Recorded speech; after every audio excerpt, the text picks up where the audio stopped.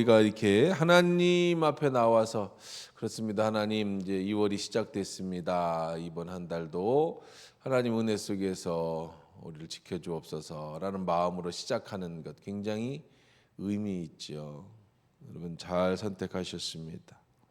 어제 우리가 주일날 설교에도 말씀드린 것처럼 사랑은 은사가 아니고 우리의 행위다, 우리의 수고다라는 말씀을 드렸죠. 어떤 사람들은 하나님이 나 새벽에 나를 안 깨워 주셔서 내가 새벽에 못 나왔어요. 아니면은 또 저는 새벽에 못 일어나요. 뭐 이런 분들이 계시죠. 새벽에 잘 일어나시는 분도 계시고 못 일어나시는 분도 계시겠지만 하나님을 사랑하는 수고, 그건 자기가 자명종 5개를 놓고 일어나는 거예요. 은사로다가 섬기는 사람은 없어요. 예배 나오는 것이 안 힘든 사람은 없어요. 자녀를 키우는 부모가 안 힘들지 않죠. 힘들죠. 왜 안 힘듭니까?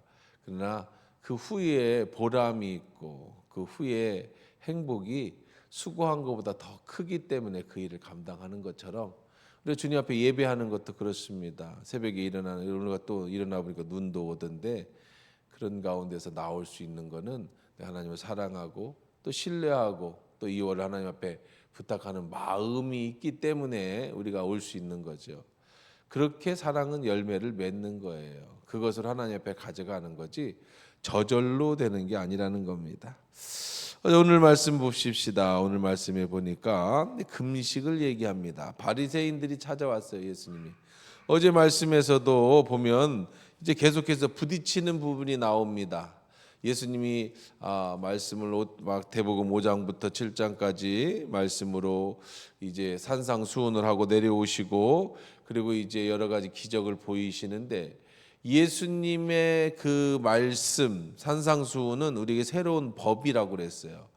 자, 우리에게 마태복음 5장에서 산상수훈의 법을 제정해 주셨어요. 법이라는 것은 이렇게 사는 거죠. 그 법대로 사는 겁니다. 그런데 예수님이 가르쳐 주신 법대로 살면 이 땅에 살아가는 사람과 기존의 유대인들과 부딪히기 시작한다는 거예요. 그게 뭐가 부딪히느냐? 어제 보면 이제 보면은 바리새인들과 특히 부딪히는데 어제 말씀에서는 이제 왜 예수님은 세리와 죄인들하고 같이 노십니까?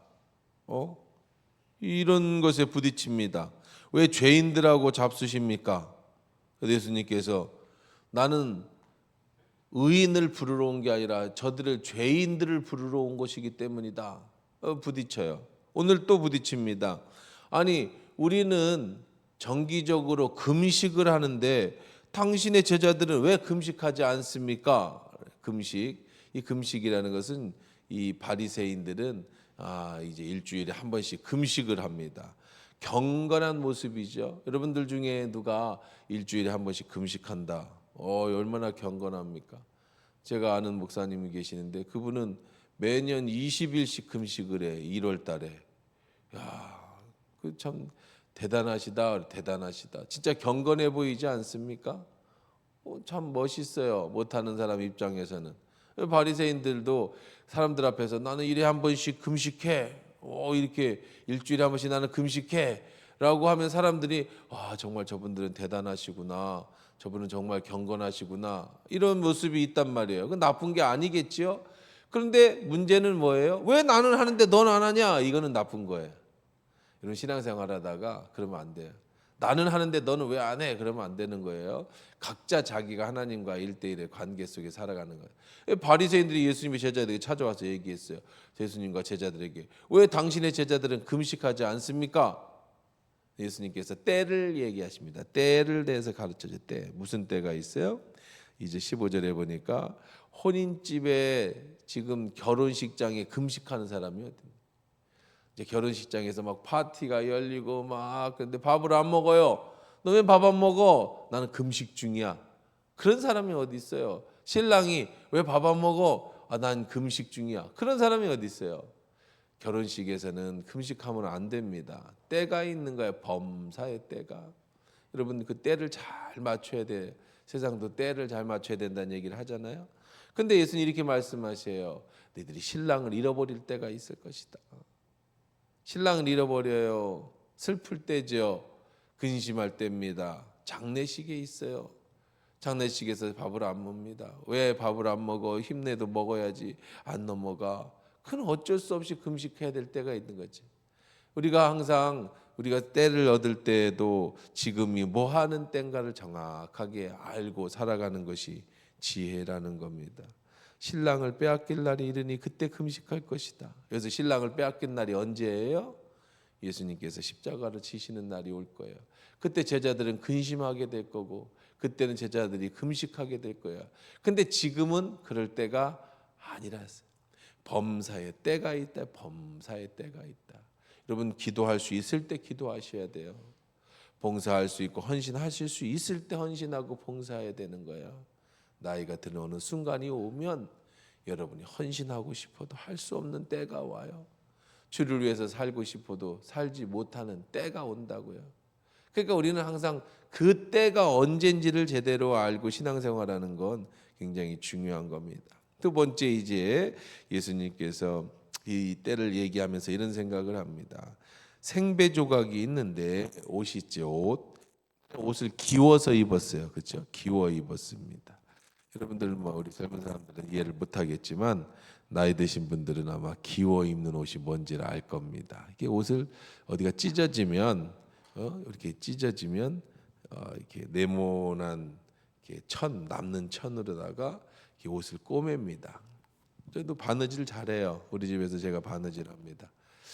바느질을 해서 꼬매는데 예수님이 이런 얘기를 삶의 비유를 얘기해서 하는 거예요. 내 옷이 낡은 옷이에요. 근데 그 낡은 옷이 찢어졌는데 새 천을 갖다가 꼬매면 어떤 일이 생깁니까? 이제 이 옷이 낡은 데다가 이 바늘로다가 실로 이렇게 꼬매버리면 뜯어집니다. 그렇죠? 뭐가 뜯어져요? 새 천이 뜯어집니까? 낡은 옷이 찢어집니까?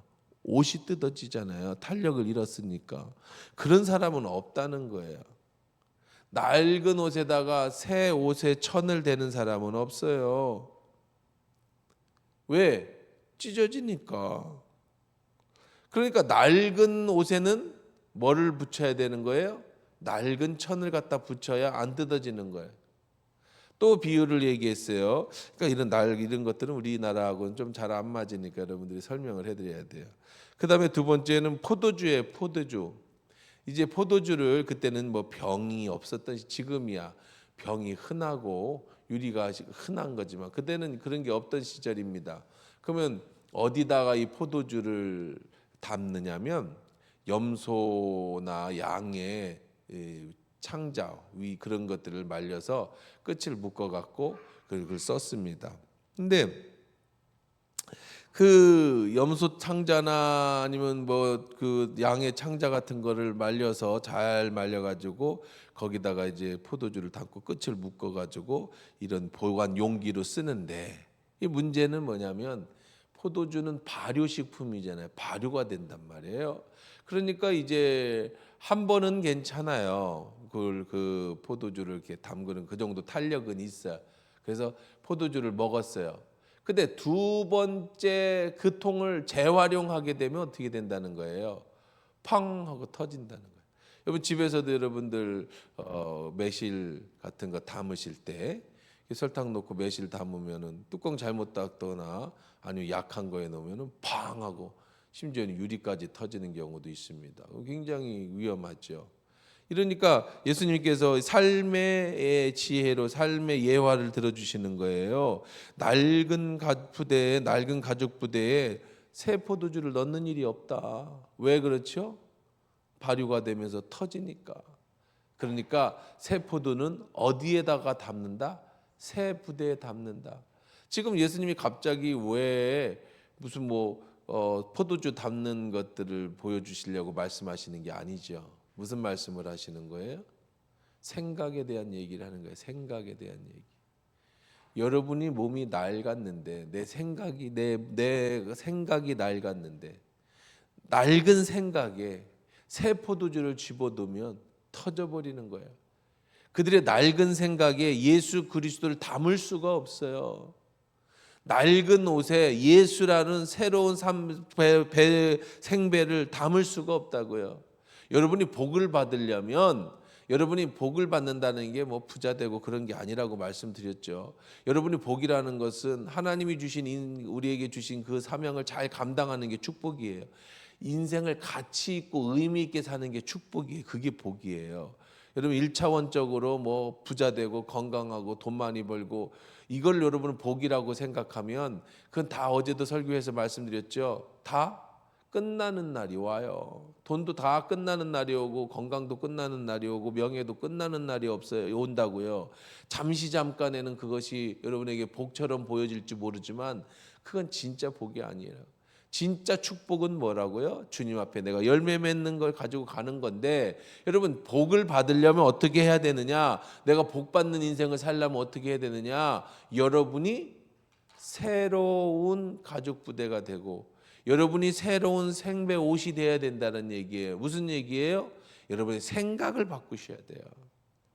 하나님의 말씀을 받으시려면 여러분의 기존에 가지고 있던 생각이 아닌 예수의 마음으로, 예수의 생각으로 바뀌셔야 되는 거예요. 그래야 여러분의 삶이 바뀌어요. 많은 분들이 하나교회 와서 자기 생각이나 삶이 바뀌었다고 얘기를 합니다. 왜 바뀌겠어요? 교회가 뭐 터가 좋아서 바뀌어요? 나이가 돼서 날 들어서 바뀌는 겁니까? 그렇지 않습니다. 사람은 나이가 들면 더 안 바뀌는 거예요. 말씀이 여러분을 바꿔놓는 건데, 아무리 말씀이 좋은 말씀이 선포돼도요, 여러분의 생각이 그걸 받아들이지 못하면 터져버리는 거예요.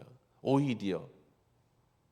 그럼 어떻게 해야 되나요? 여러분들이 복 있는 축복받은 삶을 살려면 예수님의 생각을, 예수님의 말씀을 받아들일 수 있는 넓은 마음, 이해하고 그렇게 살아보려고 하는 변화에 익숙한 그런 삶을 살으셔야 돼요.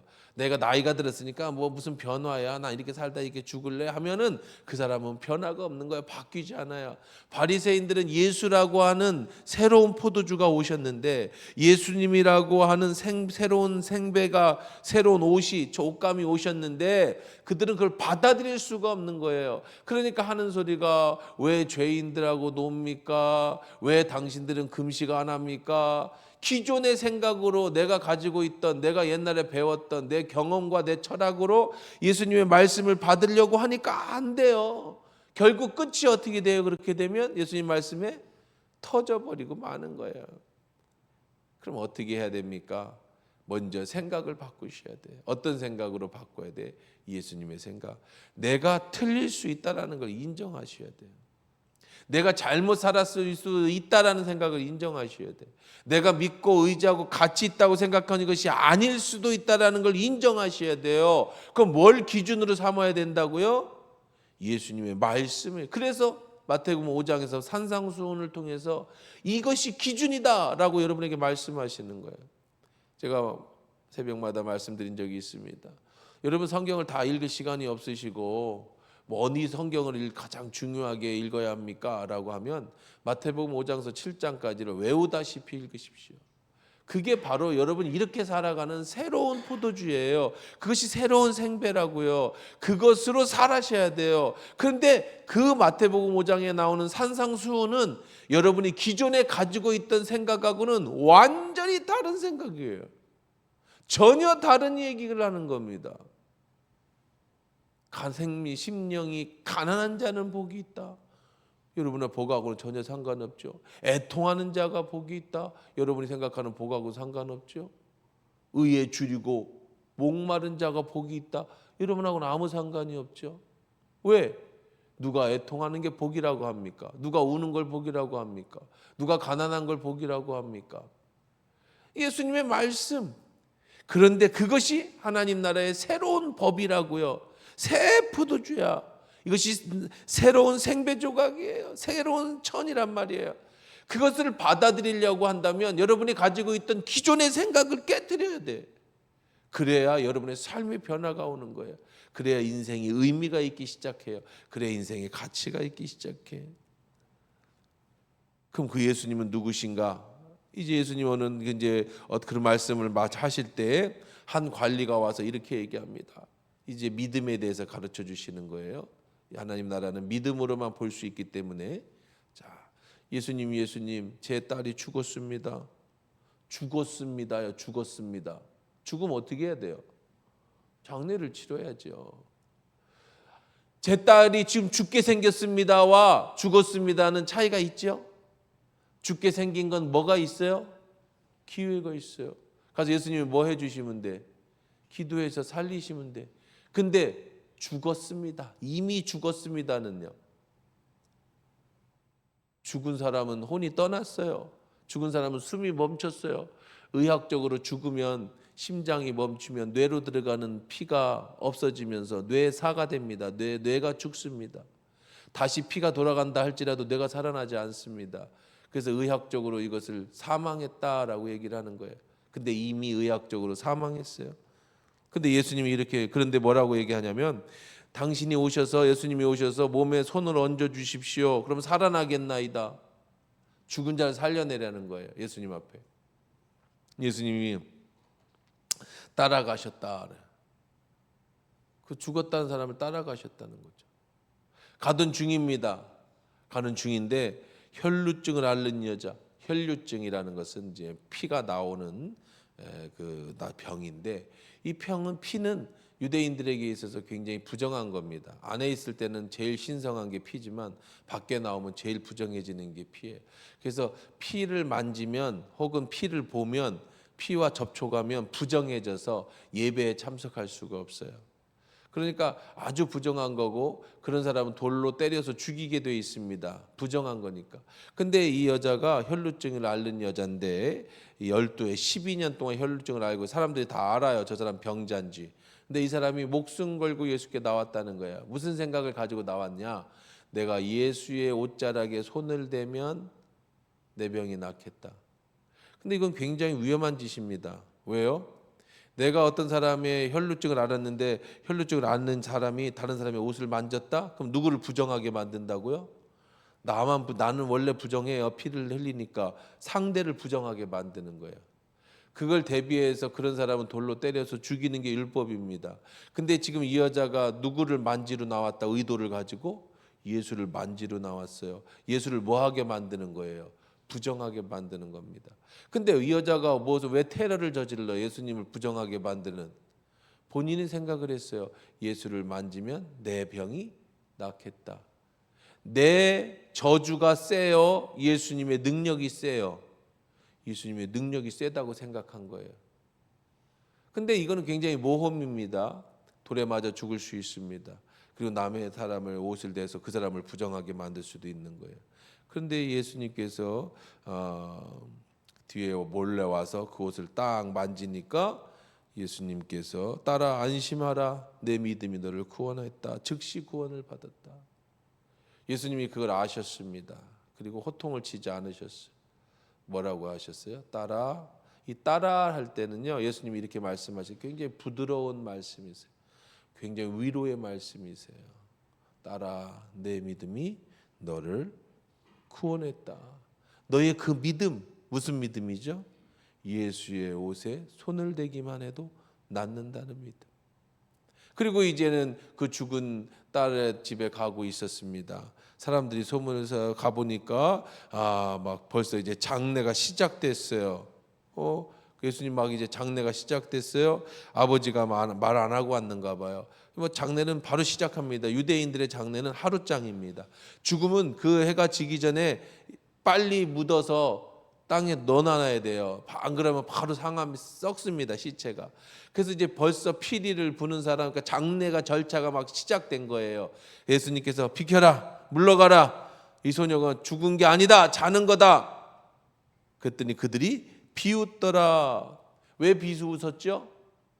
안 믿어지니까, 못 믿으니까. 바리새인들이 왜 예수님 앞에 이렇게 했어요? 예수님을 못 믿으니까, 안 믿으니까. 이들이 왜 비웃었어요? 못 믿으니까, 안 믿으니까. 그런데 어떤 사람이 있어요? 죽은 딸을 예수님이 만져주시면 낫겠다라는 믿음이 있는 사람이 있어요. 예수님의 손에 옷자락만 대면 병이 낫겠다라는 믿음의 사람이 있어요. 극과 극을 보여주고 있죠. 그 당시 바리새인들은 최고의 믿음의 사람이라고 생각했던, 최고의 종교인이라고 생각했던 사람은 믿지 않았고 비웃었고, 사람들은 비웃었지만 병자였던 사람은, 죽은 딸의 아버지는 예수님이 낫겠다라는 믿음이 있었다고요. 그 결과 예수님께서 손을 잡아 일으키시니 그가 일어났다. 결과는 어떻게 돼요? 믿음의 사람은 치유받고, 믿음의 사람은 죽은 데서 일어나고, 믿음이 없는 사람은 책망 듣고, 믿음이 없는 사람은 결국은 그 끝이 저주로, 죽음으로 끝나버린다는 거예요. 오늘 본문에서 뭘 우리에게 가르쳐주고 계시는 거예요? 믿음을 가르쳐주는 거예요. 그 믿음이 의미예요. 오늘 이 새벽에 여러분이 이 2월 첫 주 첫날, 물론 이제 일이지만 어제가 주일이었으니까 첫날 내가 주 앞에 나오면 이번 한 달에 하나님 나와 함께 하신다, 내가 말씀대로 살겠다라는 믿음이 여러분을 이 자리에 이끌었다면 그 믿음대로 하나님은 여러분을 지켜주시는 거고, 에이 그런 게 어디 있어? 예? 뭐 어제 새벽이 오늘 새벽이 똑같은 새벽이지. 아이 그런다고 해서 차라리 편히 쉬는 게 낫지. 믿음이 없으면 그냥 믿음이 없는 대로 사는 거예요. 변화가 없이 사는 겁니다. 그러니까 모든 삶에 여러분 의미를 부여하세요. 믿음을 가지시라고요. 그것이 여러분의 삶을 바꿔요. 가족 부대가 새 가족 부대가 되어야 예수의 말씀을 받아들일 수 있는 거지, 믿음이 없이, 예수 그리스도에 대한 확신이 없이 받아들이면 결국은 펑 하고 터져버리는 것이라는 겁니다. 오늘 말씀 정리해 보십시다. 2월 월상 예배 나오신 여러분들, 이번 한 달 주님은 나와 함께 하신다는 믿음으로 사시길 주의 이름으로 축원합니다. 예수님은 죽은 자도 일으키시는 분이십니다. 예수님은 부끄러워서 아니면은 죄송해서 뒤에서 옷자락을 만지는 여자의 그 믿음이마저도 보시고 칭찬해 주시는 분이세요. 이 세상에 부끄러움 있는 믿음은 없어요. 이 세상에 어처구니 없는 믿음은 없습니다. 예수 그리스도를 분명히 확신한 의미를 가지고 믿기만 하면 주님은 그 사람에게 복을 주셔요. 이번 한 달 하나님 나와 함께 하실 것입니다. 주님은 나의 기도를 들어주실 것입니다. 주님은 내 가정을 치료하실 것입니다. 주님은 내 육신의 질병을 치료할 것입니다. 주님은 내 삶과 내 자녀와 나의 사업과 나의 직장을 책임져 주실 것입니다. 할렐루야. 그렇게 믿으시고, 정말로 그렇게 믿고 그렇게 나와서 기도하시고 주님을 사랑하시면 그 믿음대로 우리 주님은 죽은 자도 살리시는, 이미 의학적으로 끝난 사람도 새 생명을 주시는 분. 왜 어떻게 그러실 수 있죠? 그분은 천지를 창조하시고 나를 만지신 분이시기 때문에 능치 못함이 없는 분이십니다. 그러니까 여러분, 능치 못함이 없는 그 예수께 나와서 믿음으로 기도하시고 믿음으로 결단하시고 믿음으로 고백하시며 새 가족 부대가 되셔서 그 모든 말씀을 받아들이고 그렇게 변화되는 축복된 인생 사시기를 주의 이름으로 축원합니다.